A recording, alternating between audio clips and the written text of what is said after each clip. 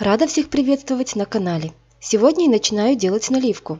Для приготовления таких напитков можно применять один вид ягод или фруктов, а можно брать и различные плоды. Для себя я выбрала рецепт, который известен под названием ягодная наливка ассорти.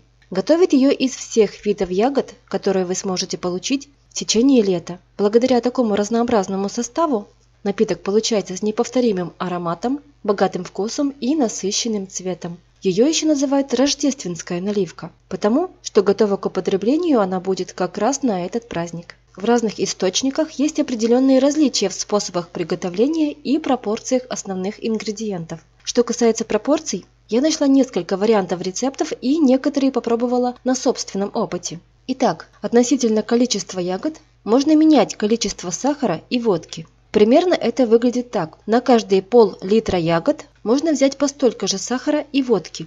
То есть всех ингредиентов будет поровну. Этот вариант мне понравился. Вкус насыщенный и сладкий, неповторимый ягодный аромат. Сладкоежки оценят. По второму рецепту количество сахара уменьшили вдвое. Наливка получается не очень сладкая и, по-моему, слишком крепкая. Лично я такие пропорции применять больше не буду. В третьем случае берут одинаковое количество ягод и сахара, а водки вдвое меньше. Так я еще не делала. Попробую сейчас. О результате отчитаюсь в конце видео.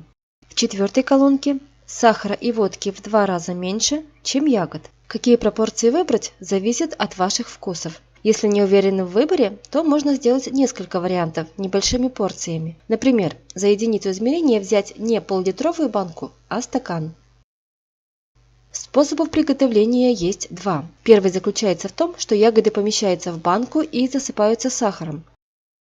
Посуда накрывается марлей, чтобы воздух поступал, а насекомые не добрались. Банку следует держать в тепле, на солнечном месте и встряхивать несколько раз в неделю, чтобы растворился сахар. Будьте готовы к постоянному ягодному аромату в комнате. При созревании каждого следующего вида ягод их тоже добавляют в эту банку, пересыпая сахаром. Через 2 недели после добавления последних ягод и сахара заливают их сразу всем объемом водки или спирта, согласно избранных пропорций. Закрывают крышкой и ставят в прохладную кладовку или погреб на 1 месяц. Далее процеживают и настаивают еще 3-4 месяца. Второй способ отличается тем, что каждый вид ягод пересыпается сахаром и сразу заливается 1 порцией водки или спирта, согласно с пропорциями. В этом случае банку накрывают не марлей, а крышкой. Оба способа я испытала, причем при одинаковых пропорциях компонентов. И могу сказать, что особой разницы во вкусе и аромате не увидела. Поэтому для себя решила использовать второй способ, он проще.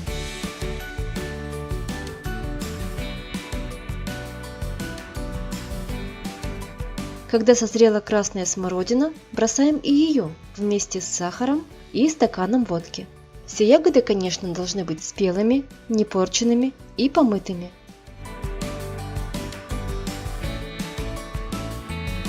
Не обязательно добавлять все ягоды. Вы сами определяете, которые из них хотите видеть в наливке. Выбирайте те, которые вам нравятся и есть в наличии.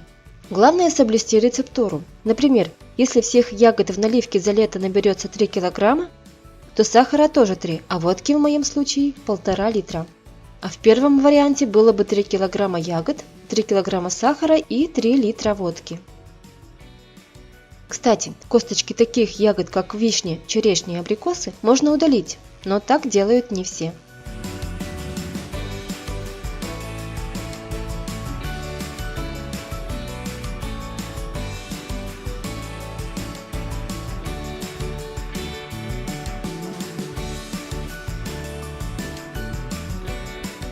Банку нужно регулярно, через несколько дней, встряхивать, иначе сахар может не раствориться. Теперь надо оставить все это в покое на месяц-1,5, пусть настаивается.